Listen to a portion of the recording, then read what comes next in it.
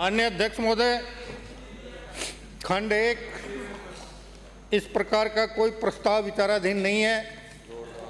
खंड 2 प्रशासन शहरों के संघ अभियान दिनांक 2/10/2021 से 31/3/2024 तक नगरीय विकास विभाग द्वारा कुल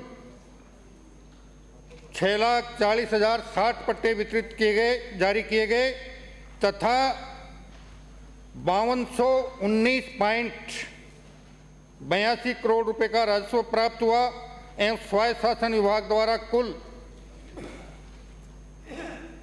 6,67,430 पट्टे जारी किए गए तथा 1,192 करोड़ रुपए का राजस्व प्राप्त हुआ। खंड 3 प्रशासन शहरों के संघ अभियान के तहत नगरीय विकास विभाग एवं स्वायत्त शासन विभाग द्वारा किसी भी समाजों संस्थाओं को रियायती दर पर भूमि का आवंटन नहीं किया गया है। खंड 4 उक्त अभियान के तहत दिनांक 15 मार्च 2024 से पूर्व प्राप्त ऐसे प्रकरण जिनमें डिमांड नोट जारी होकर 31 मार्च से पहले छूट की दर से संपूर्ण राशि जमा है में पट्टे रियायती दर पर जारी किए जाने के निर्देश जारी किए गए हैं। अन्य लंबित प्रकरणों का निस्तारण वर्तमान में प्रचलित नियमों, आदेशों, परिपत्रों के अनुसार किया जाएगा।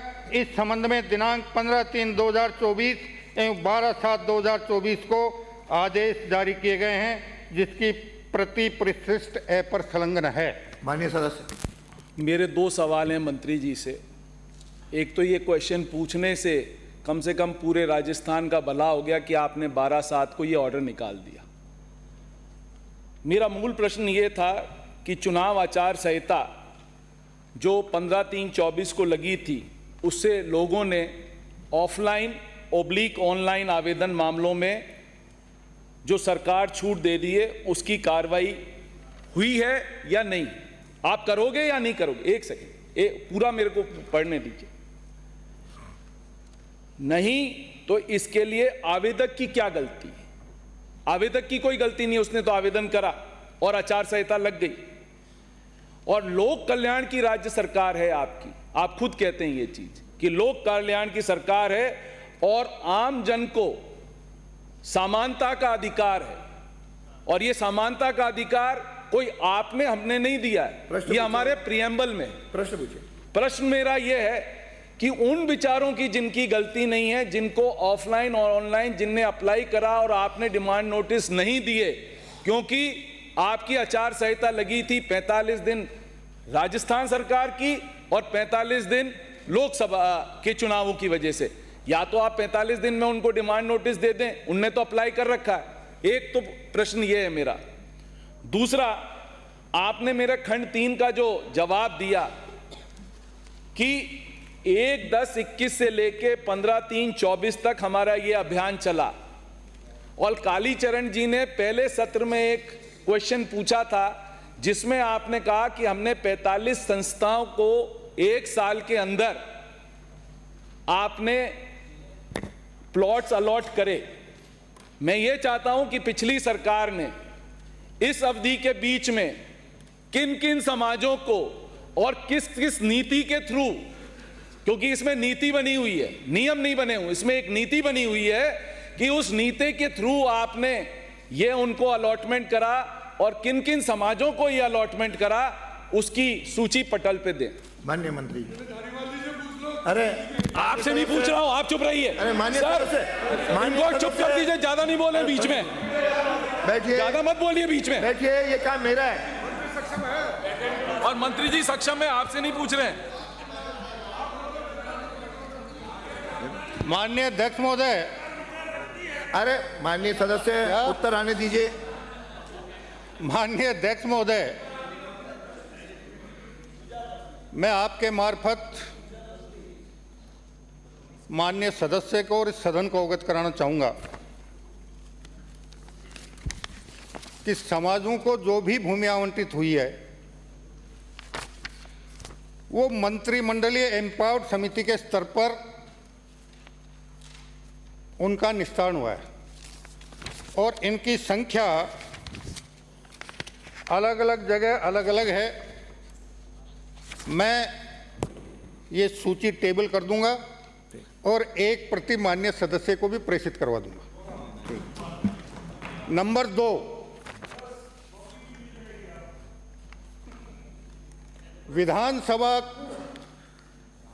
की आचार संहिता आपके समय में लगी, लोकसभा की आचार संहिता हमारे समय में लगी। 15 मार्च को आचार संहिता लगी लोकसभा की। अगर किसी ने आवेदन पहले से लंबित था और किसी भी निकाय को उसने ऑनलाइन डिमांड नोट के लिए आवेदन किया कि मेरा आवेदन फला समय से लंबित है, अब तक मुझे डिमांड नोट नहीं मिला है, या ऑफलाइन अगर किसी ने आवेदन किया और उसकी प्राप्ति रसीद उसके पास है, अगर इस प्रकार के कोई प्रकरण आएंगे तो हम उन पर जरूर निश्चित रूप से सहानुभूतिपूर्वक विचार करके और उनका निस्तारण रियायती दर पर करने में किसी प्रकार का संकोच नहीं रखेंगे। माननीय मंत्री जी, अब सुन लीजिए, पहले मेरी पूरी बात सुन लीजिए, अब पहले मेरी पूरी बात सुन लीजिए। अनुमति होगी। दूसरा, माननीय अध्यक्ष महोदय, हमने रोक इसलिए लगाई है, हम आगे भी बढ़ा सकते थे, लेकिन इसमें जितनी अनियमितताएं हुई उसमें अब तक 260 पट्टे निरस्त किए जा चुके हैं, 25 एफआईआर दर्ज हो चुकी हैं और दर्जनों शहरी निकायों से पत्र जावक रजिस्टर और संबंधित पत्रावलियां गायब हैं, जिनकी हम जांच करवाकर जो भी कानूनी कार्रवाई हमको करनी है उसको हम करने का प्रयास कर रहे हैं। एक मिनट पहले मेरा पूरा सुन ले, मैं आपकी एक शब्द का एक बात का जवाब दूंगा।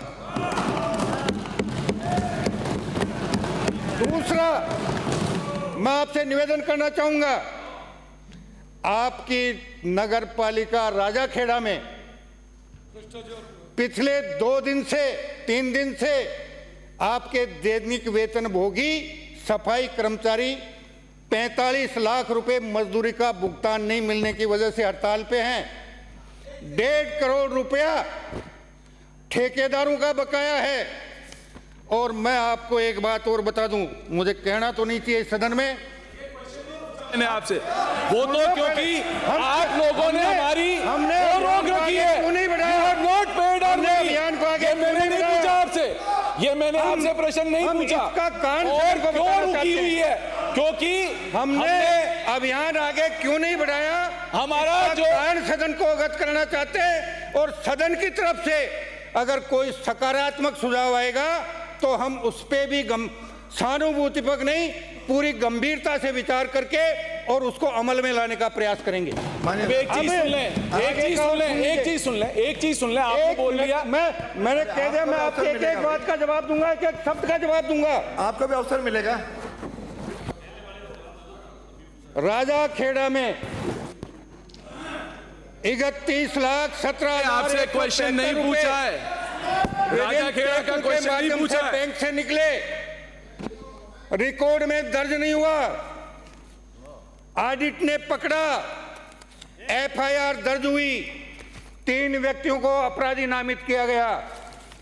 पहले अनुसंधान में पत्रावली स्थानांतरित हुई दूसरे जिले में, उनमें से एक को बाहर कर दिया गया, 2 के खिलाफ चालान पेश हुआ, न्यायालय ने उसको बरी कर दिया, अपील हुई, वो भी खारिज हो गई, और ये पता नहीं चल पाया कि 31,17,172 रुपयों के कोई पंख लगे क्या, जो बैंक से निकलकर कहीं बाहर चले गए और रिकॉर्ड में दस्तावेज में नहीं आए, कोई किसी की जिम्मेदारी नहीं तपाई। हम इनके भी जांच करवा रहे हैं। और सुनिए, अभी तो धौलपुर में पिछले 5 वर्ष में ये मेरा क्वेश्चन है क्या? What is it? 241 पट्टे जारी हुए। क्वेश्चन है क्या? जिसमें से आप क्या सदन को धमका रहे हो या हमको धमका रहे हो क्वेश्चन पूछने के लिए? आप धमकाने की कोशिश मत करिए, आपसे धमकेंगे नहीं, आपसे धमकेंगे नहीं। ये आपसे क्वेश्चन पूछ रहे हैं क्या? आपका संरक्षण चाहिए, आप कुछ बोल ही नहीं रहे। मैंने क्वेश्चन क्या पूछा है? हम सबकी जांच What have I asked you a question? ये हमने क्वेश्चन पूछने से इनकी मिर्ची लग गई। क्वेश्चन पूछने से इनकी मिर्ची लग गई। हम कोई What am I asking you a question? नीति आप उसका जवाब दीजिए। जो क्वेश्चन पूछा उसका जवाब दीजिए। आप ऑडिट कराइए ना। Who has stopped you to audit कराइए? हाँ अब बोलिए। क्या बात कर रहे हैं? दूसरा पूरक प्रश्न पूछो। क्या बात कर रहे हैं? पूरक प्रश्न दूसरा पूछना है पूछो, फिर अगला प्रश्न है।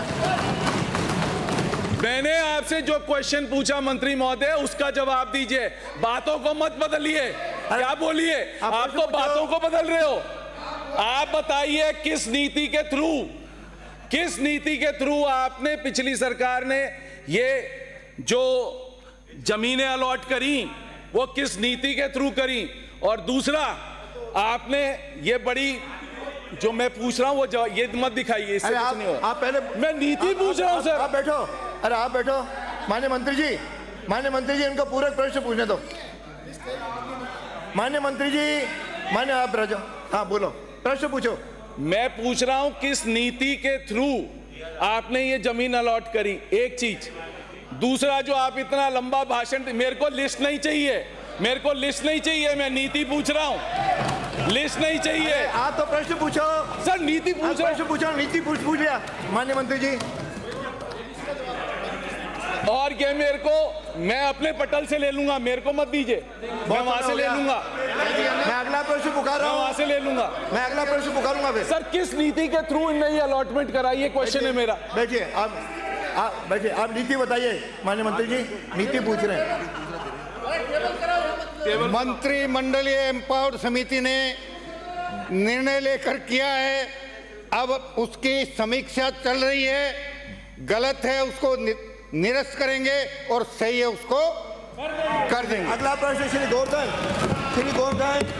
हो गया 2 प्रश्न हो गए। श्री गोवर्धन, प्रश्न संख्या 134।